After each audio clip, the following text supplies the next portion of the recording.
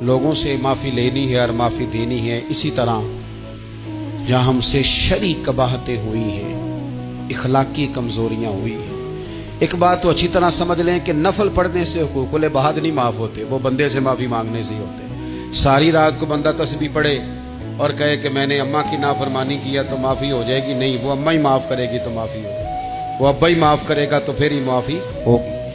تو جو جہاں شریعت کی مخالفت کی ہے وہاں بھی معافی مانگیں، اللہ کے حضور گڑ گڑائیں، توبہ کریں اور توبہ بدل جانے والی کریں، تبدیل ہو جانے والی توبہ کریں. معافی مانگ بھی لے، معافی دے بھی دیں.